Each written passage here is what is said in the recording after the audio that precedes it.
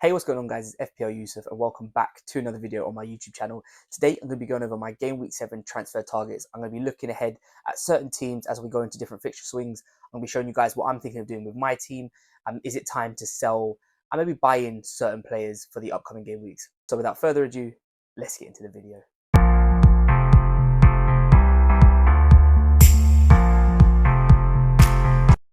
Okay, welcome back, guys. Thank you so much for being here today for another video on my YouTube channel. Before we get into this, if you wouldn't mind dropping a thumbs up and subscribing down below, it would be greatly appreciated. So let's just do a quick little recap of how game week 6 went on.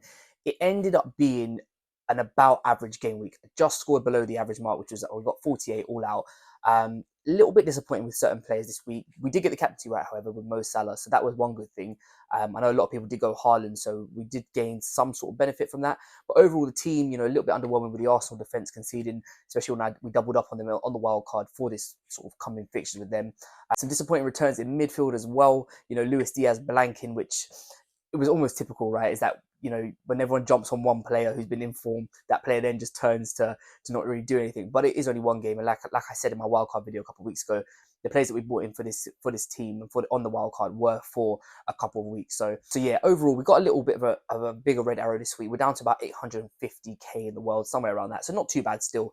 There really isn't a lot of points separating everyone at the moment. I think once you get to sort of game week 12, game week 14, that's when teams will start to be set in stone. So not the worst week in the world, not the best either, just somewhere in between. So let's get straight into our transfer targets for the upcoming game week to try and get that red arrow back to green. Okay, so the first team I want to talk about is Tottenham. And there's been a lot of talk around their players and their assets, especially they're going forward at the moment. Spurs are about to come onto a fixture swing where they do have a nice run of fixtures. So what I've done is I picked out the 4 best attackers, which I feel from Spurs are A, going to get minutes, B, hopefully going to get some attacking returns, but also they vary in terms of prices. So you've got players from different price ranges, which can kind of cater for everyone's situation. So we'll start off with the cheapest, and that is Brennan Johnson. Now, he a couple of weeks ago was under severe pressure. After the Arsenal game, he deactivated his Instagram because of the comments, because of the replies he was getting about his performance in that game. And I think that's one thing with Brennan Johnson that's always kind of lacked a little bit, is maybe just that end product. We know how good he is. He's so fast, he's rapid down the wing, but maybe it's just that final ball that sometimes lets him down. However, the last 2 game weeks he's been in great form. He's averaging nearly 5 points a match. He's only owned by 1.7% of teams, so he's very, very low owned at the moment. And around his price point is something that I was talking about a couple of weeks ago in one of my videos, where I feel like that sort of mid-range price between 6 and 7 million, there's not really a lot of options this year that are consistently doing well. And I think the one thing to note with Brennan Johnson is that he probably will not get 90 minutes. He is prone to an early sub, and with Kulusevski there, Son, when Richarlison comes back, there'll be a lot of competition for those attacking places. So I think for the time being, at his price point, he's a very good option. Like I said, he's the cheapest on this list. So if you are working on a budget, or maybe you haven't got the money to afford maybe a premium option, he is definitely a viable one. But I think the only thing you have to take into account for is his minutes. He's probably not 90, but same as Luis Diaz, same as Diogo Jota, those type of players usually do their work before they get subbed off. So either you'll end up with a haul like he has the last 2 weeks, or it will be a blank. But that is the risk that we take in FPL sometimes. So yeah, Brennan Johnson for me, decent option, cheapest on this list. We're going to move straight on to James Maddison now. Now, he is somebody who's, again, around that mid-price point, a little bit higher than sort of the 6 and 7s. He's coming in at 7.5 at the moment.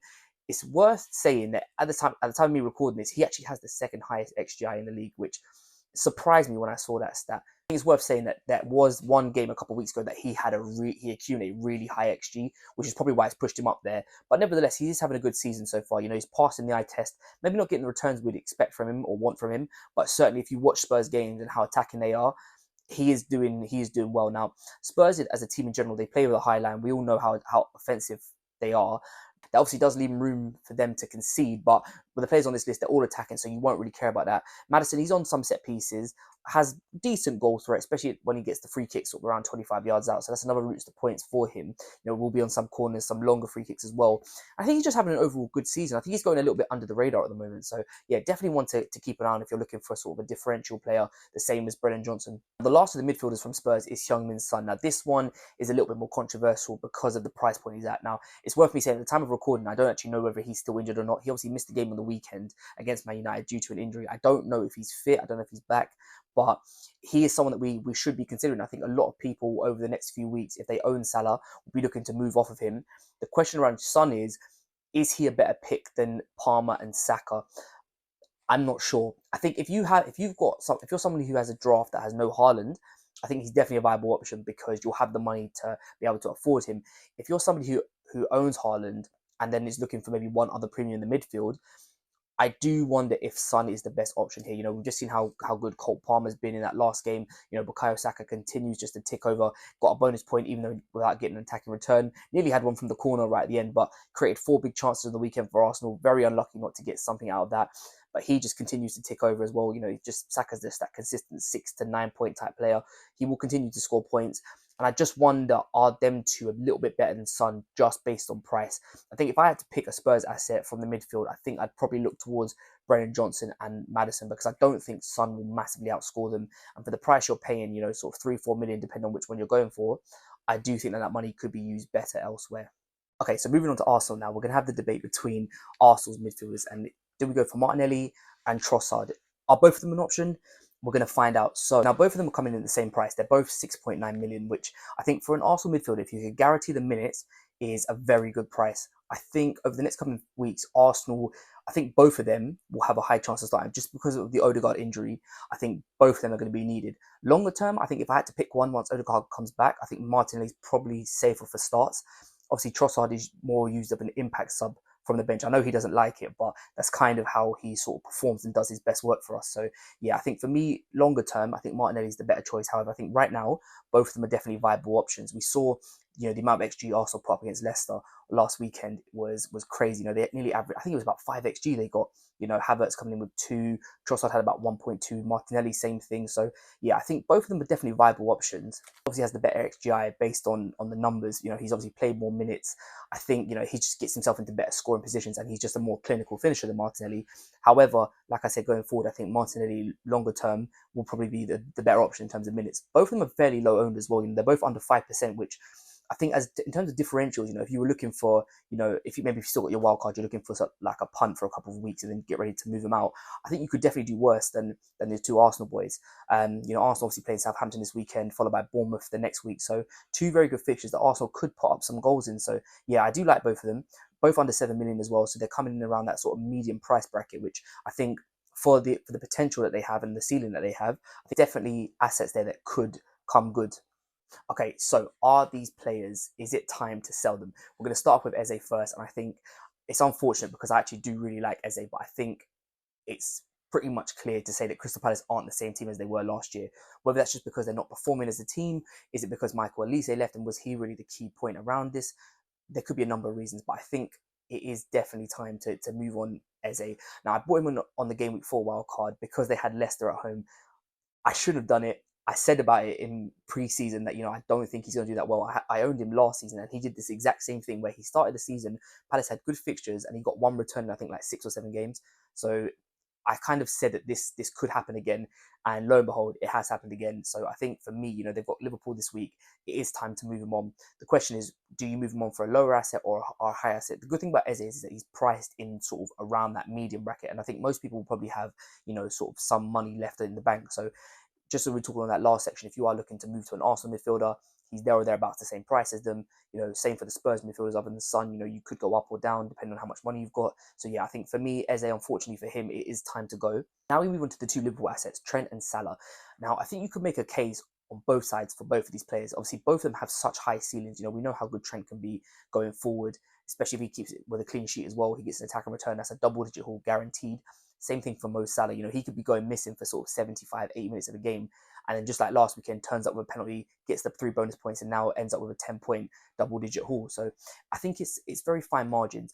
I think for me personally, I think Trent is probably more of a sell right now than Mo Salah is. Like, for the only reason is that Mo Salah has got Crystal Palace who aren't playing well, and his record in particular against Crystal Palace is exceptional. So if you are looking to move someone out to free up some money this week, I probably wouldn't do it for Salah. I'd probably get rid of Trent instead. I saw Trent last week. Now, granted, I did expect Liverpool to keep a clean sheet in their last weekend's game, but they didn't against Brentford. So make of that what you will. But I think Trent, if you are someone who wants to keep him long term, is still a viable option. I think at 7 million, he will outscore most of the midfielders around that price point over the course of the season. I think that there is a time, especially coming up soon, as Liverpool's fixtures swing maybe for the worse a little bit, that both of these players will be leaving. But as of right now, Salah would be the one I would keep. And if I had to get rid of one, it would be Trent. So we just talked about players to sell. Let's take a look at some players to keep an eye on and players to watch out for. So we'll start off with Man City first, and that is Phil Foden. Now, he did play midweek in the Champions League, got a goal and an assist, playing in that sort of number 10 role behind Erling Haaland. Now, if Foden is going to play in this role over this coming period for Man City, he is a must-buy for me because De Bruyne is out injured. There is no Rodri, so that frees up 2 spaces in the midfield. Now, obviously, we're not expecting Foden to play the Rodri role, so that kind of alleviates him from there. But what it does do is it moves Gundogan back, or it moves someone else back, which means that will be another space in the midfield. Kevin De Bruyne's injury, I'm not sure how long it's going to be. They're talking around the 20th of October. So remember, it's international break after this week. So it could be a thing that De Bruyne is back after the international break and he only misses this coming game week. If so, for me personally, I still think Phil Foden, as weeks go on, will become fitter. He will start to get more minutes. And for me, if he's going to start to come back into the Man City as a mainstay, he has to be in there. He's took a few price drops now, so we can get him for cheaper than what he started the season at. But like I said, Man City's fixtures coming up are just too good to not own him. And, it's very difficult to pick a City midfielder because of the rotation.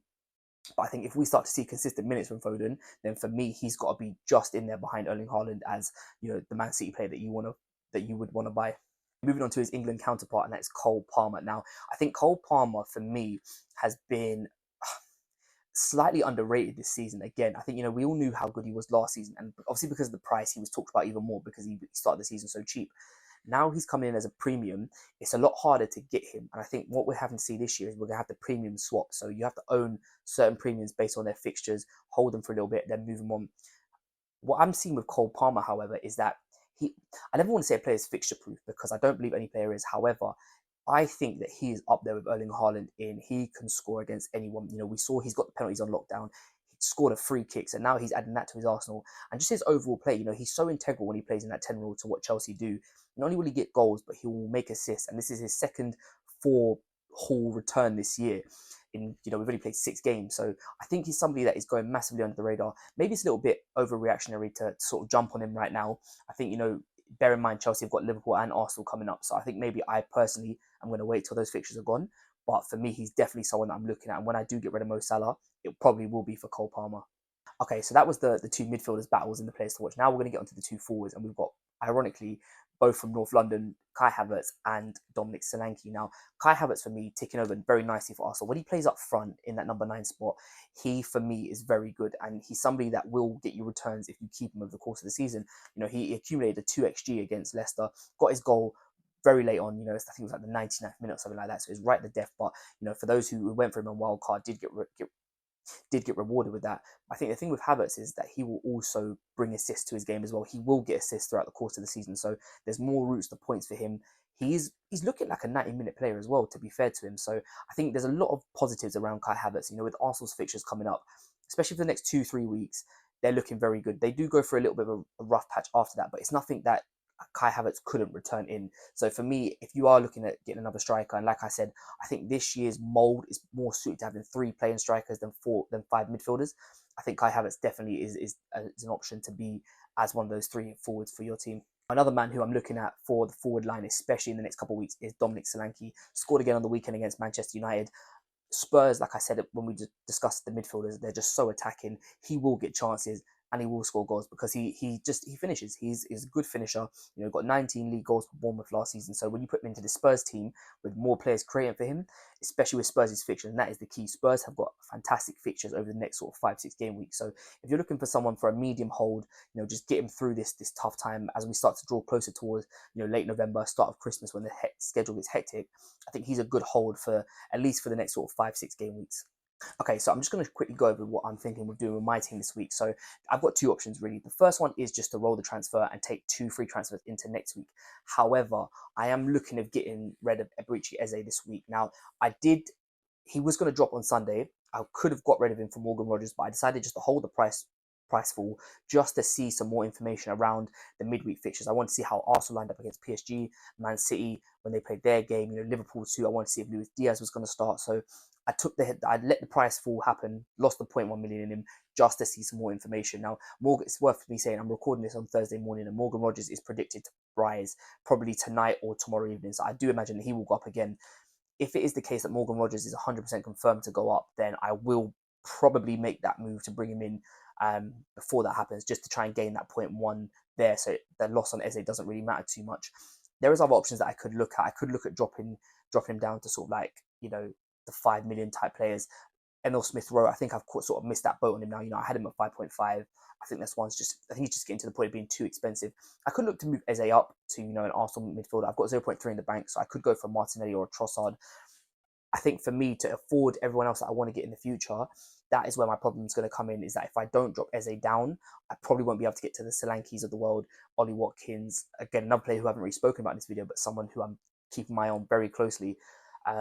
So yeah, I'm going to have to think about sort of how I want to structure my team. Do I want to go for the 3 strikers or the 5 midfielders? If I do want to go for the 3 strikers, then Eze is going to have to move to Rodgers. If I don't really care too much and I think 2's enough going up front, then maybe I could look to move Eze to an Arsenal midfielder for the next couple of weeks. But yeah, we will see. So thank you guys so much for watching this video. If you have enjoyed it, don't forget to drop a thumbs up and subscribe down below, and I'll catch you guys next time.